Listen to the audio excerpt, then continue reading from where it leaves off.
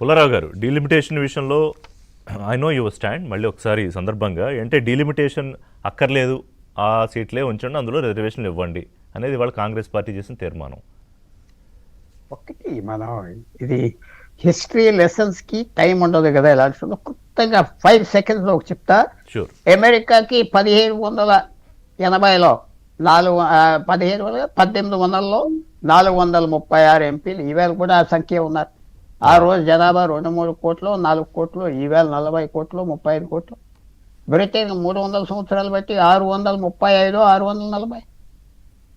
ఇది నేను చెప్పేది ఏంటంటే ఇలాంటి ఇష్యూలు 540, ఓ 50 పెంచుతున్నాం, ఒక 70 పెంచుతున్నాం అంటే అందరూ ఒప్పుకోరు.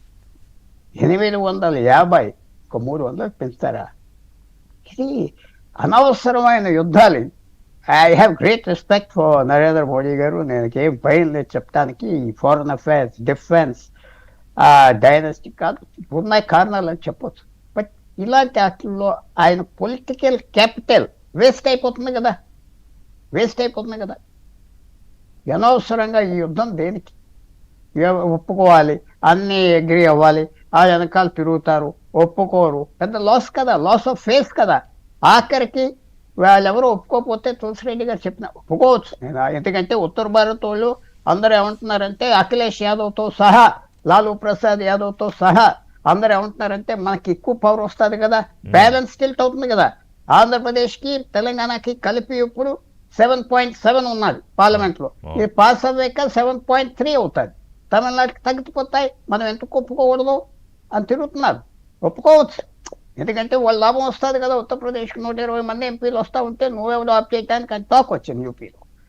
అందువల్ల అది కాదు, 543కి 845. ఎలాగా సీట్లు పెట్టాం పార్లమెంట్లో, కొత్త బిల్డింగ్లో ఫిల్అప్ చేస్తారా? సినిమా హాల్లో బిల్డింగ్లో సీట్లు పెట్టాం, ఎవరు చూడటానికి కాబట్టి కరెక్ట్ కాదు. చేంజ్ అనేది చాలా స్లోగా రావాలి. చేంజ్ ఇది ఇప్పుడు పాస్ అవ్వాక ఎవరో నన్ను అవరన్నారు మీరంటే నేను దానికి జవాబు చెప్పను. కానీ is it correct, is it right? కానీ పుల్లారావు గారు ఇక్కడ సారీ టు ఇంటరప్ట్ యూ, ఇప్పుడు ఏ పద్ధతి ప్రకారం చెయ్యాలనే దాని మీద చర్చ జరగచ్చు. అసలు చెయ్యాలా లేదా అనేది వాళ్ళు బ్రిటన్ ఎగ్జాంపుల్, అమెరికా ఎగ్జాంపుల్ మనం ఎందుకు తీసుకోవాలి? ఇప్పుడు భారతదేశంలో ఉన్న సామాజిక ఆర్థిక పరిస్థితులు, జనాభా పరిస్థితులు, ఇక్కడ స్థితిగతులు వేరు, బ్రిటన్ వేరు, అమెరికా వేరు కదా. Why should we compare? ఆ దేశాలతో ఎందుకు కంపేర్ చేసుకోవాలి? Not at all. మనకంటే ఎక్కువ చీలికలు ఆ దేశంలో ఉన్నాయి. దాదాపు 150 సంవత్సరాల క్రితమే స్లేవరీ ఉండేది అక్కడ. 100 సంవత్సరాల క్రితమే కాదు, 70 సంవత్సరాల క్రితమే నల్లవాళ్ళకి సేమ్ బాత్రూమ్ వాడటం మొదలుపెట్టారు. 50 సంవత్సరాల క్రితం అమెరికాలో. మీరంతా చక్కగా చెప్తున్నారు. 1950-55 వరకు భారతీయులకి నో వీసా టు యుఎస్ఏ. చెప్పని తెచ్చుకోండి. మనకి ఉన్నది, మనం అందరం ఏదో చిన్న చిన్న డిఫరెన్సెస్ బ్రిటిష్ పెద్ద పెద్ద డిఫరెన్సెస్ గా చేశారు. రోజు రోజుకి ఆ తేడాలు కరిగిపోతున్నాయి. చాలా ఆనందంగా చెప్తున్నా, మన మధ్యన అందరికీ తేడాలు కలిగిపోతున్నాయి. లేని వాళ్ళే ఇప్పుడు ఉన్నవాళ్ళు అవ్వారు, ఉన్నవాళ్ళు లేని వాళ్ళు అవ్వారు. బాగానే ఉన్నది. అందువల్ల అది నేను ఒప్పుకోను. మనకి ఎంత చీల్చి చీల్చి చీల్చి ఆ వర్గానికి ఆ వర్గంలో ఇంకో వర్గానికి ఇచ్చే అవసరం లేదు. చాలా ఫాస్ట్గా కంట్రీ చక్కగా యునైట్ అవుతుందని నేను భావిస్తాను. మన పెద్దలు అందరూ చేసి, ఈ ప్రభుత్వం ఆ ప్రభుత్వానికి చాలా కేర్ఫుల్గా చేశారు భారతీయులు. భారత్కున్న మహాత్మా గాంధీ నుంచి స్టార్ట్ అయినప్పుడు ఆయన వేసిన పునాది చక్కగా వెళ్తుంది. ఒకటే ప్రశ్న, మిగతా దేశాలు ఒకటి చైనాకి 2400 మంది ఎంపీలు ఉన్నారు. సంవత్సరానికి 7 రోజులు కలుస్తారు. చట్టాలు లేవు, పాలు లేవు, రెజల్యూషన్స్ పాస్ చేస్తారు, బయటకు వస్తారు. అలాంటి పార్లమెంట్ కావాలా? ఆల్రెడీ మీరు రోజెక్కి మా తెలుగు రాష్ట్రాలని అంటున్నాను, 42 ఎంపీలు ఎర్లియర్ ఉండేవాళ్ళు అంటే అందరి పేర్లు అందరికి తెలుసు. ఇప్పుడు ఎంతమందికి తెలుసు? సో దేర్ఫోర్ అనుకుంటున్నారు పాస్ అవుతే అవ్వచ్చు. మరి మహిళలకు ఎట్లా కల్పిద్దాం ప్రాతినిధ్యం? మహిళలకు ప్రాతినిధ్యం కల్పించాలనే కీలకమైన పాయింట్ ఉంది కదా. ఇప్పుడు ఎలాంటి చాయిస్ వచ్చిందంటే, వాళ్ళందరూ ఒప్పుకొని బిల్ పాస్ చేస్తారా, మహిళలకి 1/3 ఇస్తారు. పాస్ అవ్వకపోయినా 543లో చేయాలి.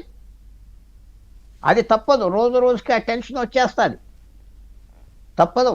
ఆ సిచ్యువేషన్లో ఇది తీసుకుంటే తీసుకో, లేకపోతే నీకేం లేదంటూ కరెక్ట్ కాదు. డిప్లొమసీలో, పరిపాలనలో నేను చాలా హ్యాపీ అయ్యాను. మొన్న చక్కగా ధర్మేంద్ర ప్రధాన్ దిగిపోమన్నారు, సెటిల్ అయిపోయింది కదా. అదే వాళ్ళు ఏదో పెద్ద దేవుడు వదలవలంటే ఇంకా జరుగుతాం అయిపోయింది కదా. మీరు రాజకీయంలో కుర్చీ మీద కూర్చున్నప్పుడు ముఖ్యమంత్రి, ఒక ప్రధానమంత్రి, ఎవరైనా ఒక జిల్లా పరిషత్ చైర్మన్ ఎప్పుడు కాంప్రమైజ్తో బయటకు వచ్చేయాలి, వాళ్ళకి మెజారిటీ లేకపోయినా. అయితే మీ అయిపోయింది కదా, ధర్మేంద్ర ప్రధాన్ హిస్టరీ అయిపోయింది కదా, అయిపోయింది కదా ఇష్యూ. ఇప్పుడు సిజేపీ అయిపోయింది, ఇప్పుడు ఇంకోటి మొదలైంది కదా, అది అయిపోవడంతో అయిపోలేదు, ఇవాళ ఇంకో ఉద్యమం మొదలైంది. అది అది వేరు. మీకు ఉన్న ఈవేళ సునామీ వచ్చింది ఫేస్ చేయాలి, తర్వాత 10 రోజుల తర్వాత ఇంకోటి వస్తుందంటే అది ఫేస్ చేస్తారు. ఎలా చేస్తారు? సో మీ అనాలిసిస్ ప్రకారం as a senior analyst Modi ఎలా ఫేస్ చేస్తారు ఈ డీలిమిటేషన్ సునామీని? ఇది ఆయనకి ఆల్టర్నేటివ్ లేకుండా చేశారు. ఆల్టర్నేటివ్ ఇవ్వాలి కదా. ఇప్పుడు ఇది పాస్ అవ్వకపోతే 543 యాక్సెప్ట్ చేయాలి, లేకపోతే మహిళా బిల్లు ఉండదు. ఉంది కదా, దేర్ ఇస్ ఎ కండిషన్ కదా, మహిళా బిల్లు గతంలో పాస్ చేసిన దాంట్లో జనగణన కండిషన్ పెట్టుకున్నారు కదా. అది ఎమెంట్, అది అది ఆయన మీద పడుతుంది బాధ్యత. ఆ అమెండ్మెంట్ బాధ్యత ఆయన మీద బాధ్యత. ఇప్పుడు లేదు, ముందర నుంచి కొత్తగా కాదు, ఏదో మనం చెప్పిన మాట కొంతమంది వింటారు, ఆనందపడతాం చదువుకుంటే. దానికి వచ్చింది ఏంటంటే స్లోగా వెళ్ళవలసింది. 543 600 చేస్తున్నాం. ఎస్, 543 చేస్తే ఇది మీకు అందరికీ 50% పెంచారు కదా. అంటే అందరికీ తెలివితేటలు ఉన్నాయి కదా. తమిళనాడుది 7.7 నుంచి 7.4 అవుతుంది, ఆంధ్ర 7.8 నుంచి తగ్గుతుంది కదా మీ బలం.